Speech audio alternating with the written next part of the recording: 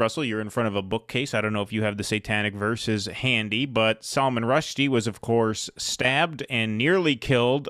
Recent update, he was taken off the ventilator and began speaking again as of this morning. So I don't want to jinx anything by making any prediction, but that is obviously an encouraging sign. Better he be off the ventilator, breathing and talking on his own than not. But you put out something, Russell, on your personal page about this. So do you want to give your take on that? Okay, well, when they announced the fatwa against Salman Rushdie in the late 80s, what was it, 88? This was 89. 89. This was really the first time I think that a lot of Americans encountered this element of Islamic culture. I mean, before that, it was all about oil. It's all about OPEC and oil, and the Saudis can turn it on or off, and the gas crisis at the end of the 70s. Like, this aspect, like, this wasn't really on anyone's radar. Nobody was really aware that something like this could happen. I don't know that anything like this had ever happened before. Really, I'm not aware of anything like that happening before Salman Rushdie.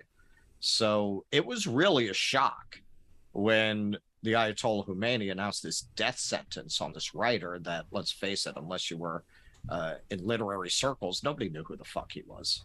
Really, nobody had heard of Salman Rushdie.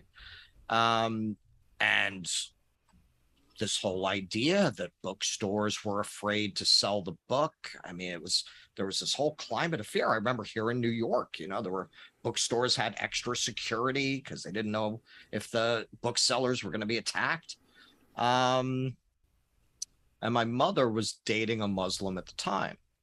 And I assumed that this was a very fringe view in the Muslim community, because I think the mistake a lot of Westerners make, or made, I don't know if they make this mistake quite as much as they used to, is to project the history of Christianity onto the Muslim world and assume, oh yeah, we used to do inquisitions, but we're not like that anymore. I think that's where a lot of people go wrong. So you hear these very extremist views and you assume that they're fringe.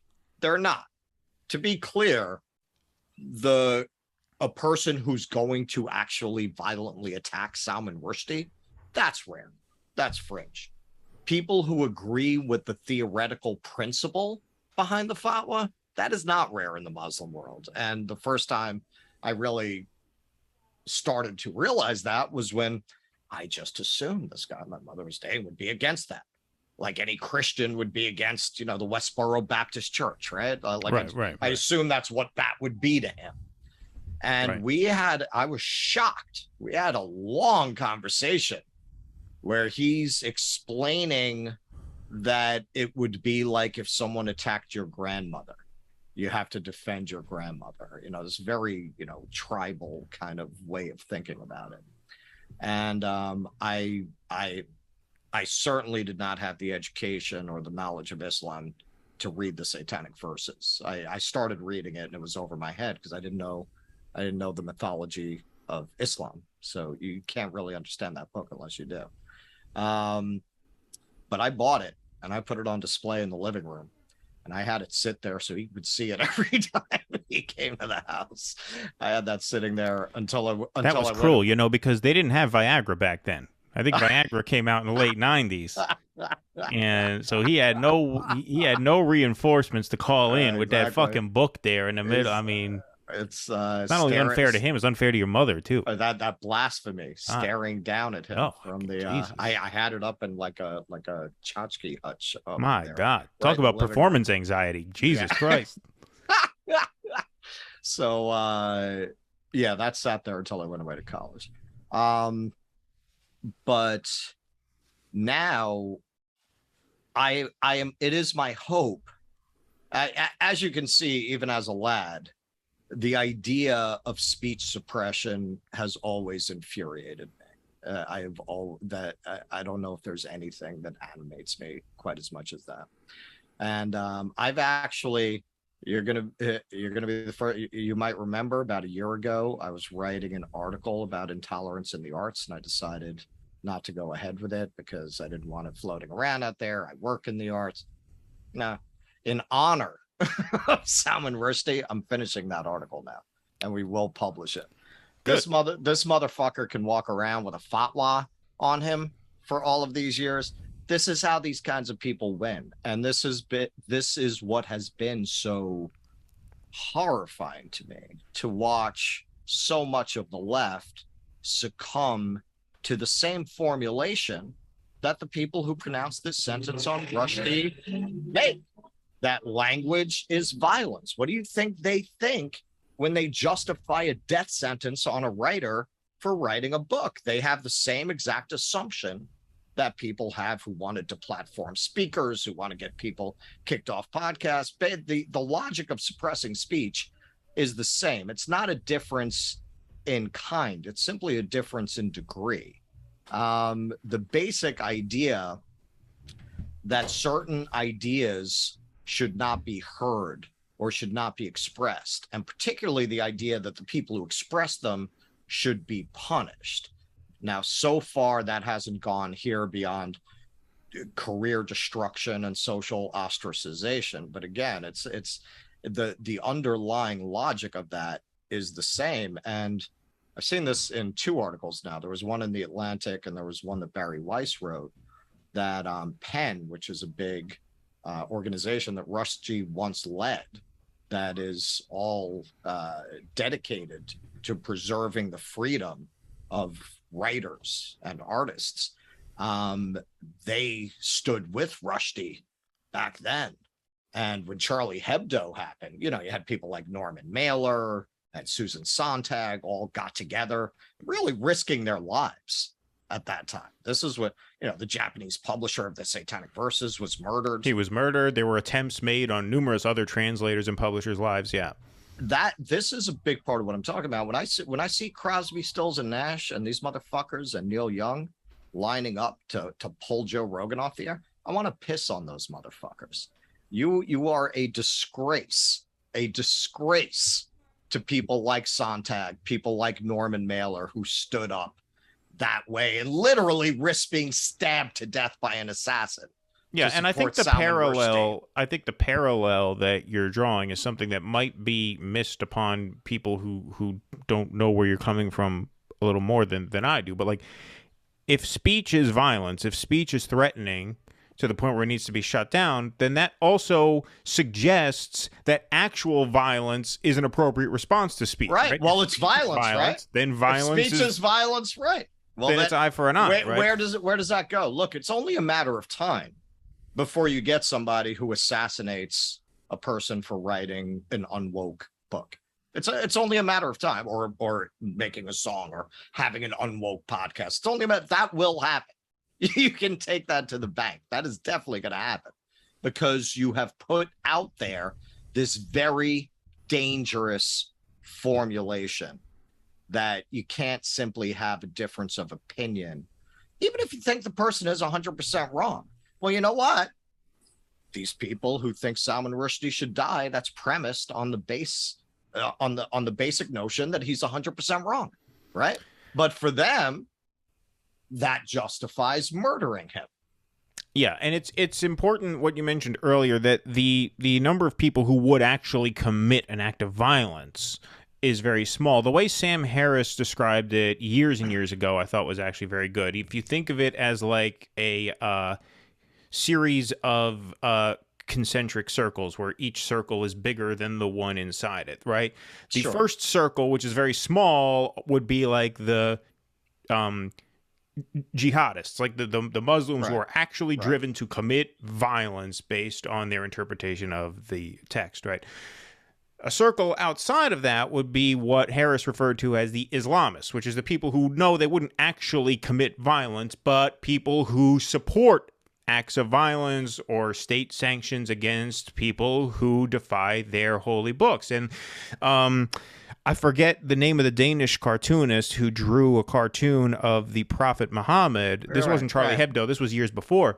78% of Muslims living in Britain thought that cartoonist should be in jail for drawing that cartoon. 78%. Yes. So that is a large cut- concentric circle, right? It's Yeah. so it's not as though that's the these are point I'm fringe making. beliefs. These are they Right, are they're not. not. They're not fringe beliefs in the Muslim community, and this is what Bill Maher always gets excoriated for pointing that out. But it's true. I mean, I've had dozens of arguments of this nature back when Ben Affleck went on Bill Maher's show and he and Sam Harris got into that whole thing where, Affleck basically ambushed Sam Harris and they got into this whole debate. And Sam Harris would say, I'm not criticizing Muslims as people. I'm criticizing them for their ideas, for, the Right. religion that they subscribe to and the extent to which they take those religious texts literally. Right. And But so I took his side, and I still believed in jinns. Look, I still because it's in the Quran. They never stopped accepting that they didn't have a reformation. The holy books are literal. They are literal. Right. Jinns are in the Quran, so there are jinns. The question, though, and this is where I've evolved on this topic, is okay.